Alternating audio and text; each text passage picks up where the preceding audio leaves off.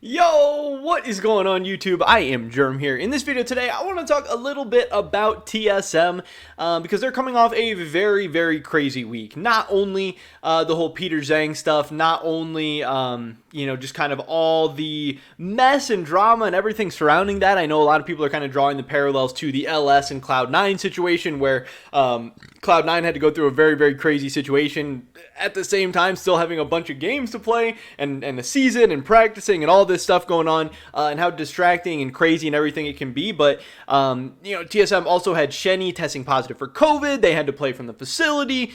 I don't know, just a whole shitstorm going on at TSM, and obviously they went 2-0 this weekend, their first 2-0 weekend of the season. They went from 2 wins to 4 wins. They're actually not in last place anymore as well. A lot of different things are going on at TSM right now, and some people are saying, hey, they're back. TSM's finally gelling. TSM finally has that synergy, the long con, the developmental roster has developed, all this stuff.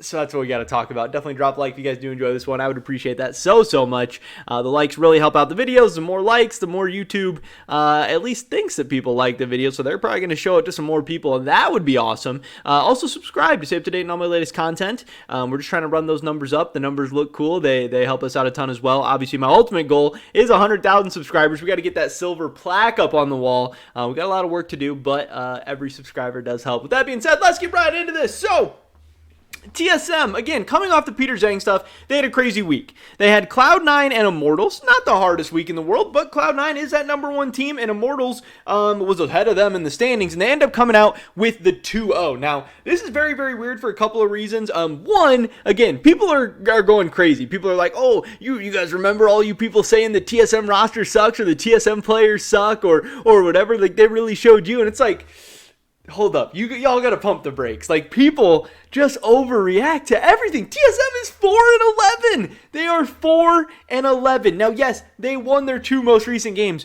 They have 4 wins. They have played 15 games. They have won 4 of them. 2 of their wins are against the also 4-11 Immortals. But hey, on the bright side, yes, TSM is 2-0 against that Immortal, so that brings them up to 9th place. They hold the 2-0 tiebreaker over them. But man, this is just so crazy. I mean, this is such a fall from grace for TSM, a team that is known for always competing for titles, always being in the playoffs, always making deep runs, always trying to go to Worlds. They're not necessarily known for their international success or anything like that, but now to be celebrating this much about a 2-0 week that puts them at 4-11 and has them out of last place by a tiebreaker, is just crazy. We're acting like they, have now accomplished anything, or now it's just kind of weird. I really think people are overreacting, and I think, hey, if Immortals had a 2-0 weekend, or if CLG had a 2-0 weekend, you wouldn't be seeing all this hoopla and fanfare and all this stuff. Like, calm down. It's best of ones. Yes, beating the first place team in the LCS is awesome. That's great. But don't read too much into it. They won a best of 1 against Cloud9. And then, Cloud9 went on the next day to also not look that great. And that's another thing that's just kind of concerning about the LCS in general, is that Team Liquid did not look good this weekend. Cloud9 did not look good this weekend. That is kind of rough. But getting back to TSM, they also had a very horrible early game against Immortals, a game that probably most teams besides Immortals would have closed out and won against them in the LCS. But, still, TSM does deserve some kind of props, because what they're going through behind the scenes, even before this week, was already insanely hard. We saw the mental of every single person in this organization being put to the test, and especially once they were 2-11, all but mathematically out of the playoffs.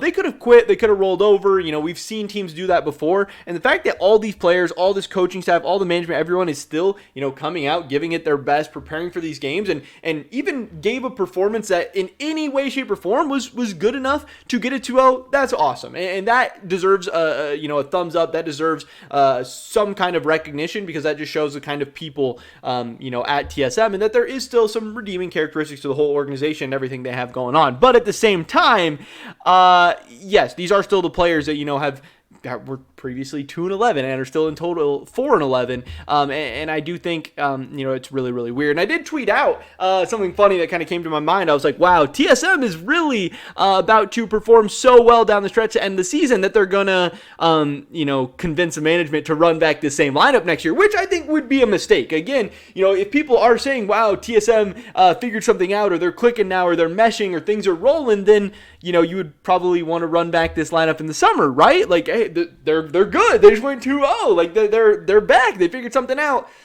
But I really don't think that's the case. And I do think that TSM should make some sweeping changes to this roster. I mean, I think this roster should have never been formed in the first place.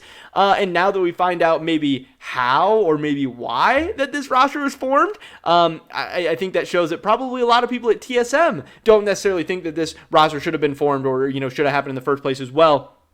But yeah, I think it's interesting to see, how TSM's play has kind of shifted recently, and it's also interesting because a lot of it has been based off TakeOver. TakeOver's coming to the LCS, and he's played decent. He had a couple, solid games again this weekend. He's not looking like outmatched, or he's not looking bad or anything like that.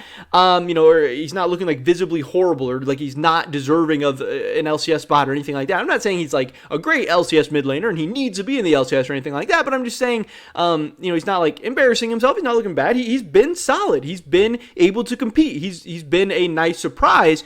But also, what does that mean for Kaido? I think they've won 3 games with TakeOver at this point. Obviously, they've won at least 2, but I think they've won 3 with TakeOver.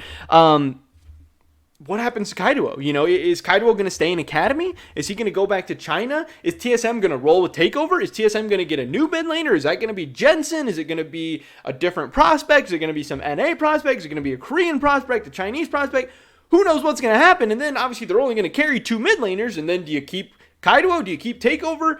We know that TSM just spent a lot of money on the buyouts of Kaido and Shenny, and their salaries don't sound like they're cheap either. And like, is this experiment all going to be blown up after a single split? Like, I don't know. There's just so many questions at this point. I don't think TSM is totally out of the weeds. I don't think they're totally back yet. I'm not expecting them next week where they play 100 Thieves, Liquid, and CLG. They still have a really hard schedule left. That's the other thing. They're 4-11 right now, and they're through the easier stretch of their second half of the split. They still haven't played the second best team and the third best team in the LCS. They've gotten to play most of the bottom teams except for CLG. And yeah, they're still only 4-11 right now. So again, I don't know if they're going to finish last. I don't know if they're going to finish 9th, 8th, whatever. But I still think it's been very, very rough. And I just think it's been a little bit strange.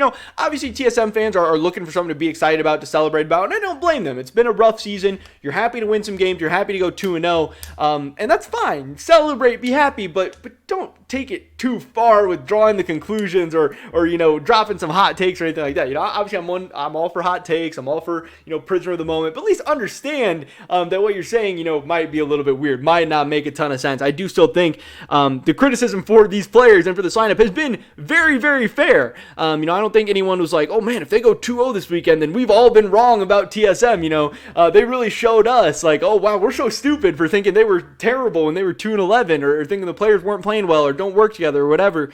I don't know. Obviously, again, it's a great sign, but I do still have a lot of worries and fears and doubts about TSM going forward in the future. I don't expect them, to all of a sudden be like a top 4 team going into summer. I still wonder what Spica's thinking about this whole situation. Is he, wanting out of TSM? Is he going to ask for some new players, a new lineup?